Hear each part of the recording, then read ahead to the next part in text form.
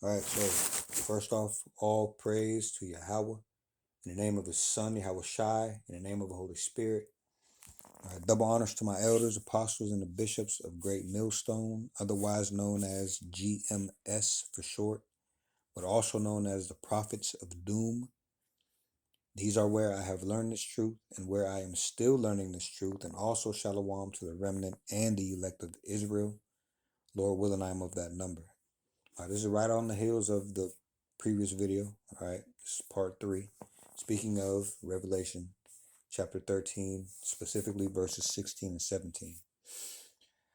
All right, so what we left off on the last video, we went into speaking about Esau, his mentality. Okay, now we're going to go back to this warning that we find here in Revelation 13, verse 16 and 17, and speak on things that are going on in the world that are a foreshadowing of even more tougher times. Okay, a foreshadowing of this man speaking as a dragon. Let's get that verse really quick. Uh,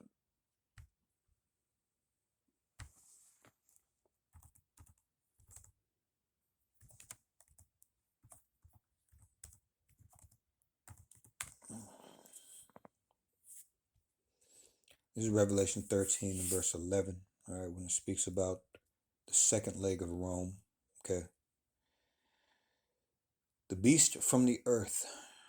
Revelation 13 and 11. It says, "And I beheld another beast coming up out of the earth, and he had two horns like a lamb, and he spake as a dragon." All right, two horns speaks of this um, two-party government system. When the Romans were in power, they were called the plebeians and patricians. All the way to today, they're called the Democrats and the Republicans. Okay, those are the two horns. Now, when it says like a lamb, is when it comes time for these people to gain power, even though it's going the way that they wanted to go anyway, they have to give you the illusion of choice. All right, so around the time when it's election time and things like this, they speak, or they are like a lamb. Right? They're docile. They come to you lowly, like they need your help. Okay, things like this, like you have power, like the power is in the hand of the people when it's not. All right, so that's where that like a lamb is. But he spake as a dragon, because as soon as they get into power, right, they start putting these draconian laws on you. All right, let's get a definition of this. Define, or what are draconian laws? Let me see. I don't know. Are what are draconian laws? It says draconian law refers to laws or measures that are excessively harsh and severe.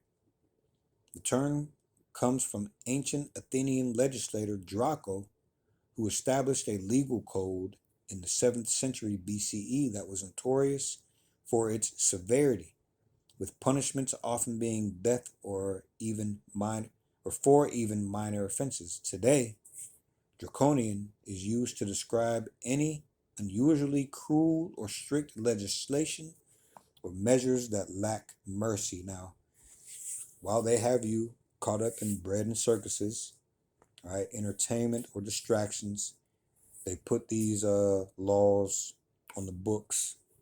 Okay, about time you get out of that bread and circuses.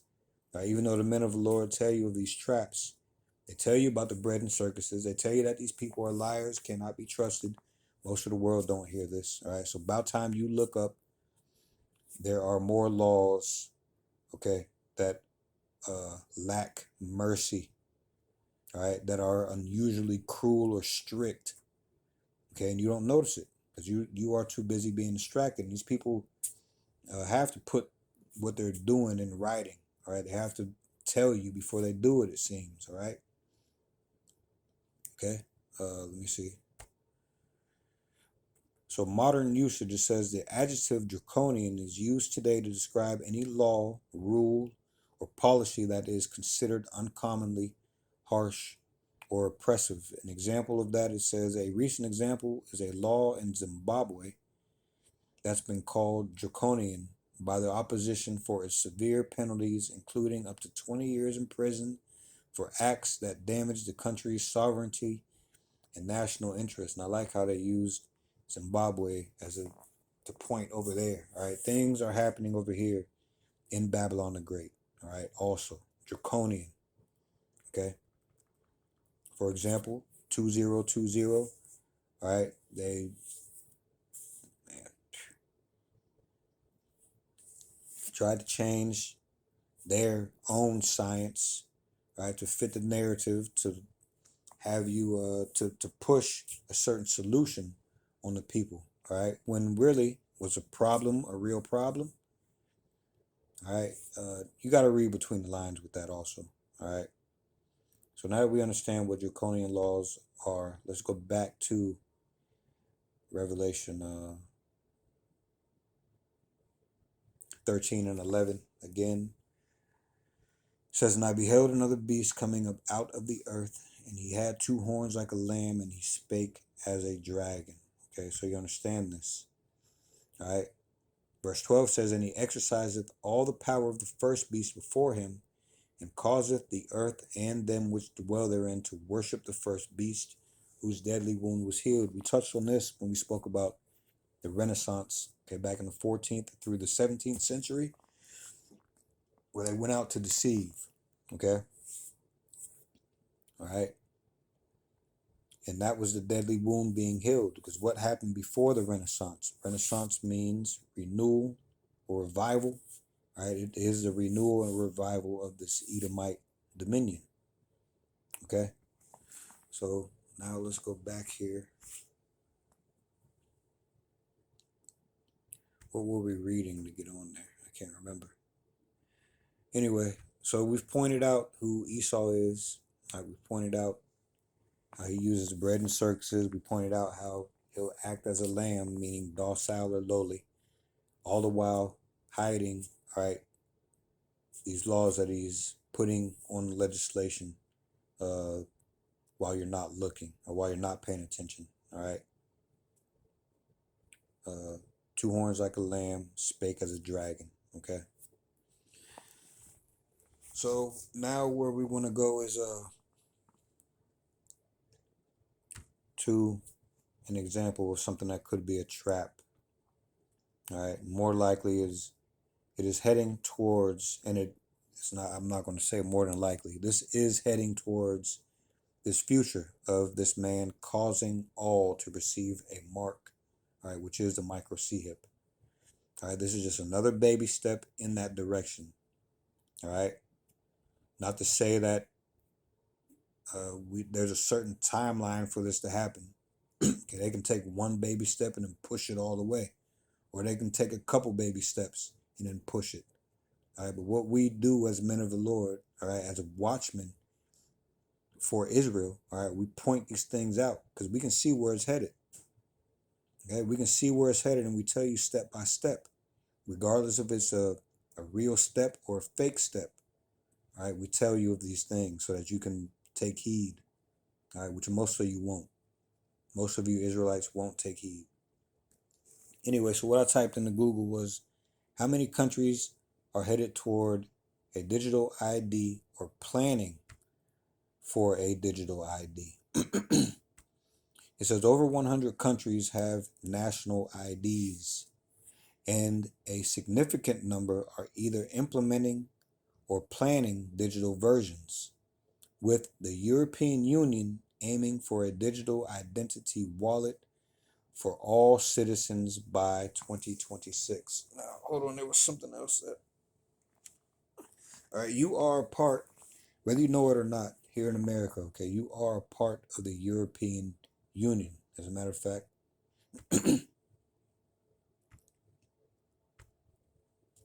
before I talk out the side of my neck, let's ask, is America a part of the European Union? Oh, it says no, so hold on a second here.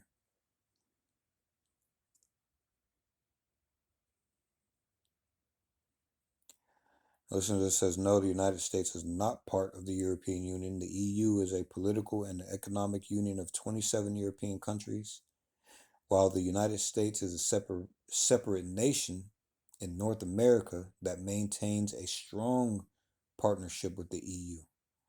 Now hold on. Now is America part of NATO?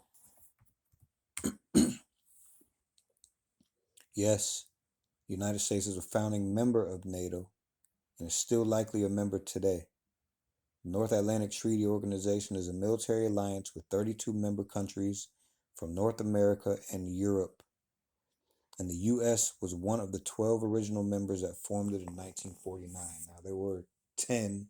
They tried to change that number to 12 to offset prophecy, but there were 10, all right?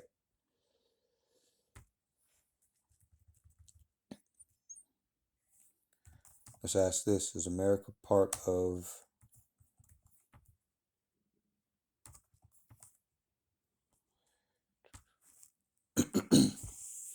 Is America a part of the Club of Rome? Why would they call it the Club of Rome? Because this is the second leg of Rome here, all right? Yes, the United States is a part of the Club of Rome, which is an international organization.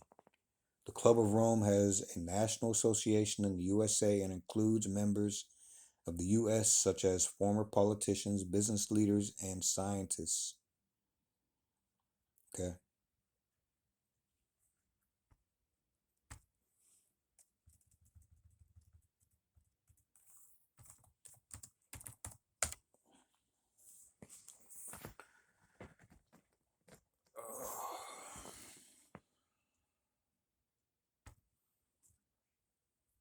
All right, so NATO, the EEU, this is a part of this beast system, okay? NATO, the EEU. All right, a country may not be a part of the EU, but may be a part of NATO, and vice versa. All right, this is a part of that beast system, all right? Let's go back here. So again, over 100 countries have national IDs, and a significant number are either implementing or planning digital versions, with the European Union aiming for a digital identity wallet for all citizens by 2026. Countries actively using or developing digital IDs include China, India, the UK, the EU, South Korea, Denmark, Estonia, Spain, the UAE, and others across Europe, North and South America, and Asia. It says countries with existing digital ID systems. It says Austria, which is called the ID Austria. You can look all these up. China is called National Online Identity Authentication Public Service. Man. Denmark is called the MIT ID or the MIT ID. Estonia is called the EID. India is called the AADHAAR.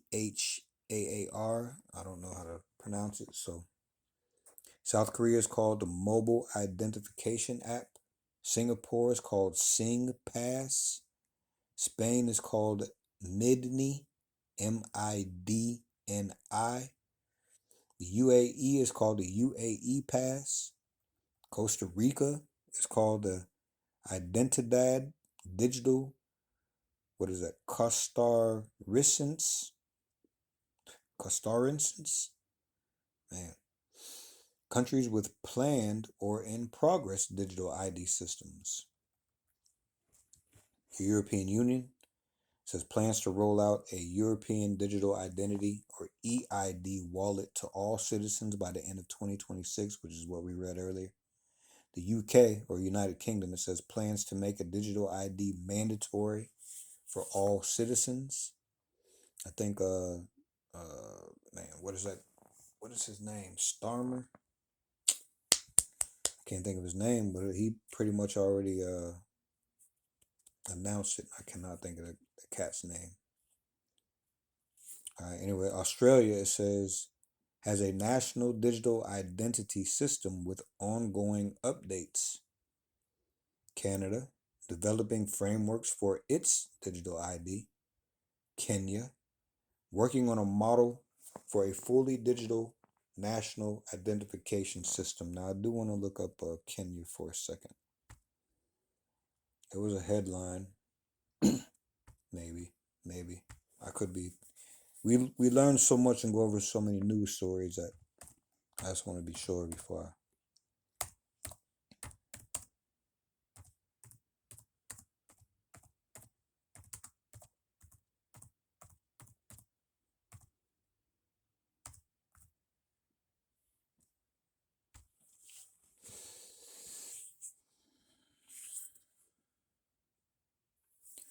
As far as Kenya, all right. As far as Kenya, I typed in Kenya and newborn digital identity.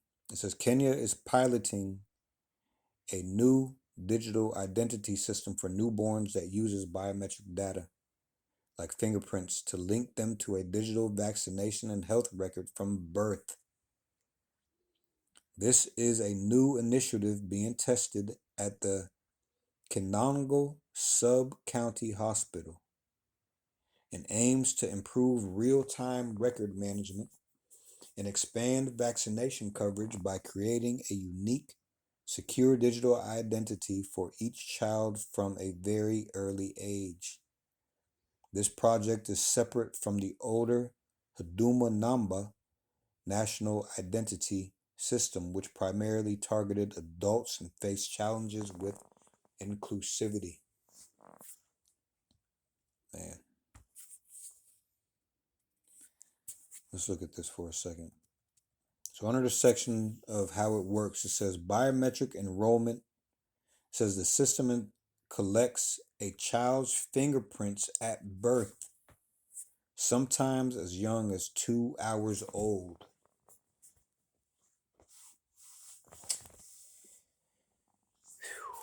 Boy.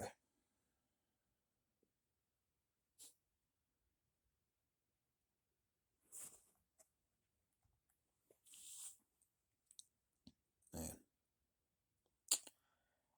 It says it also uses the voice prints of the child's caregivers to add another layer of security and verification. This biometric data is used to create a digital record for the child's health services, particularly for vaccinations.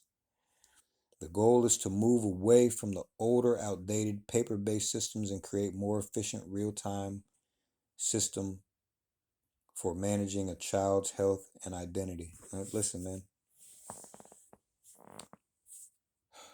The whole world is going this way.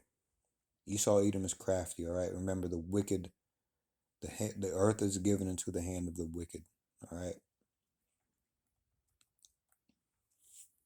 And this is going to lead towards the micro C-hip.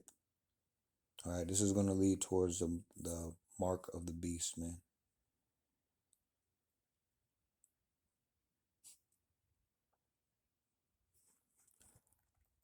All right, so you can look that up. I'm going to stop reading about Kenya. I'm going to go back here now to the rest of these countries. All right, it says Ukraine. It says the DIA system is used for accessing online services. In Switzerland, it says voters have approved a plan to introduce voluntary electronic identity cards, which I believe it's the Swiss who have been receiving. They've already been receiving the human micro C-hips over there. Let's look this up.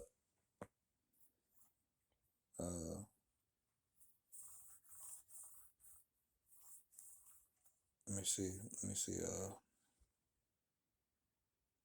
What's the percentage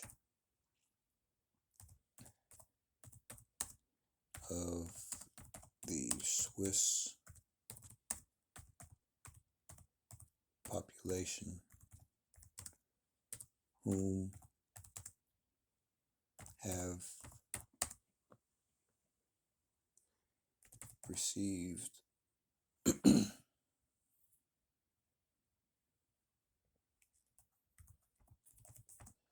a human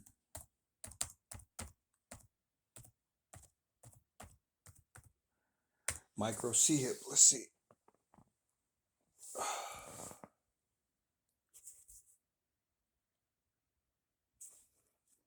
It says there is no available data suggesting a significant percentage.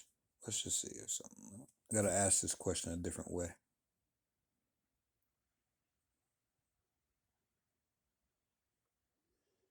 Here's an article that came up on the WEF's website that reads, thousands of Swedes are having micro C-hips implanted into their bodies so that they don't need to carry key cards, IDs, or even train tickets. This is from, see if they give a date. This is from May of 2018. The title is Thousands of Swedish People Are Swapping ID Cards for Micro C-Hips. I'm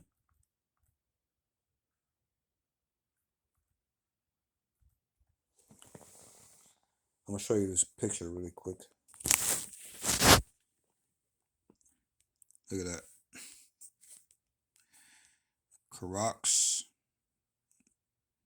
and the Karagma. Okay, this is, man. Okay. Fair use, by the way. All right, fair use. Again, thousands of Swedes are having micro C-hips, 2018, okay, implanted into their bodies so that they don't need to carry key cards, IDs, and even train tickets. About 3,000 people in Sweden have inserted a micro C-hip, which is as tiny as a grain of rice, under their skin over the past 3 years. Agence France Presse reported the technology was first used in the country in 2015. The implants have already helped replace the need for a host of daily necessities. Ulrika Selsing's micro C-hip, which is in her hand, has replaced her gym card and office key card when she enters her workplace. The 28-year-old simply waves her hand near a small box and types in a code before the door opens, AFP said. All right, so here's another picture. Hold on. Underneath, it says passengers on Swedish railway company SJ have started using micro C-hips as tickets. Now, let me show you this picture and I'm going to read what's underneath that. All right, look at that here. See that? Okay. What does it say right underneath that? There is no technological reason the C-hips couldn't also be used to what? Buy things just like a contactless credit card, but nobody appears to have started testing that yet. And this is in 2018. Okay.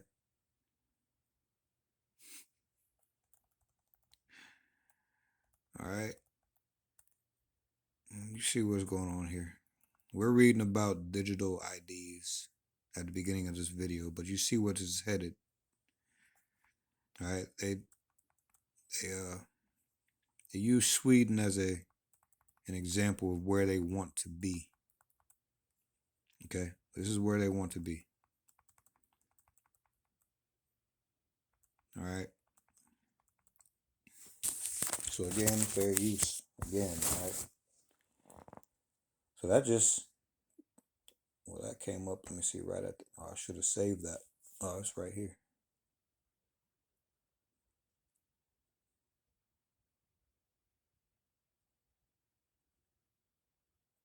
I'm not going to save it. I'm not going to save it. I'll just go back to it. I'll find it.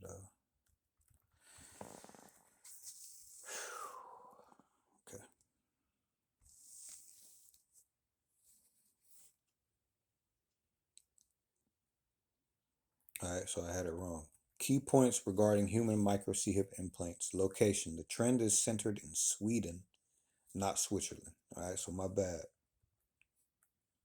But it's going to be in Switzerland pretty soon, more than likely. All right, prevalence in Sweden. Estimates vary.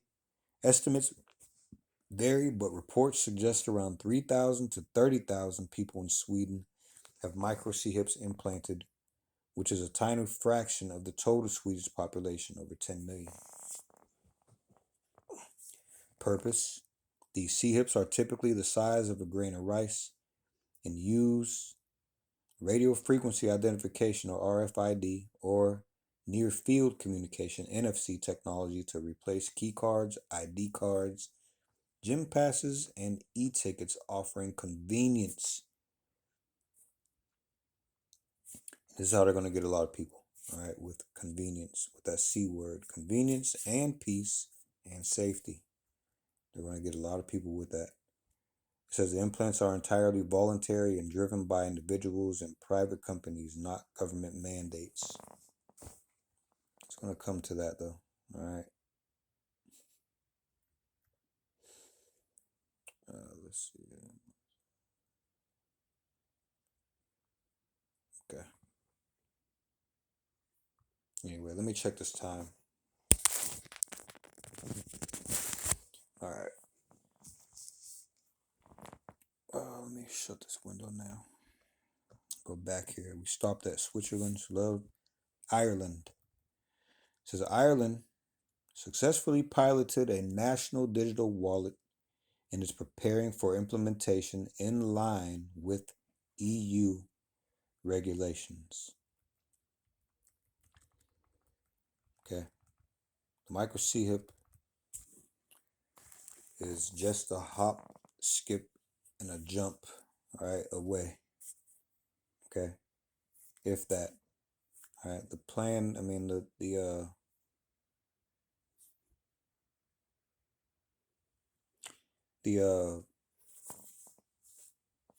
system is already in place, all right?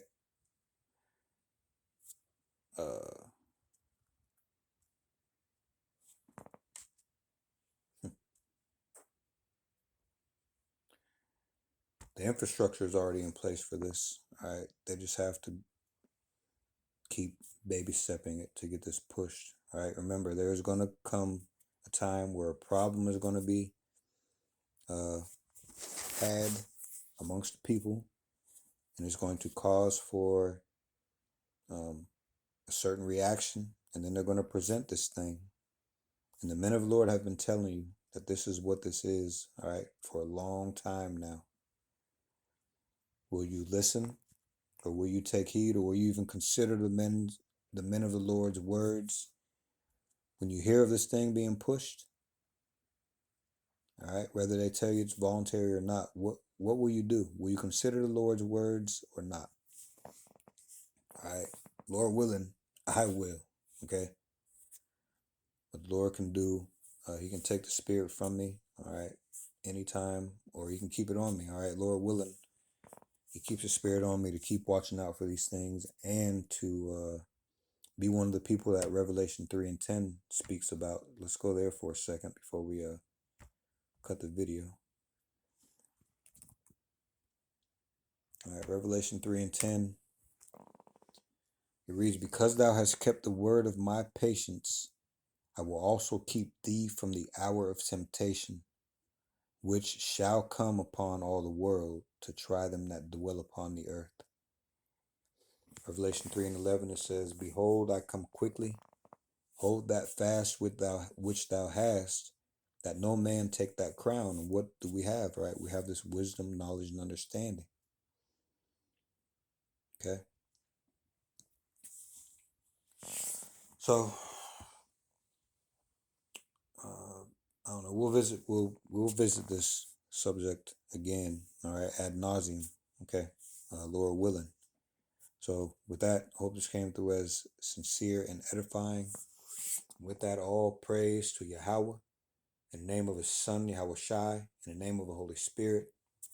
Double honor to my elders, apostles, and the bishops of Great Millstone, otherwise known as GMS for short, but also known as the prophets of doom. These are where I have learned this truth and where I am still learning this truth. And also shalom to the remnant and the elect of Israel. Lord willing, I am of that number. And Lord willing, we'll see you in the next video. Shalom.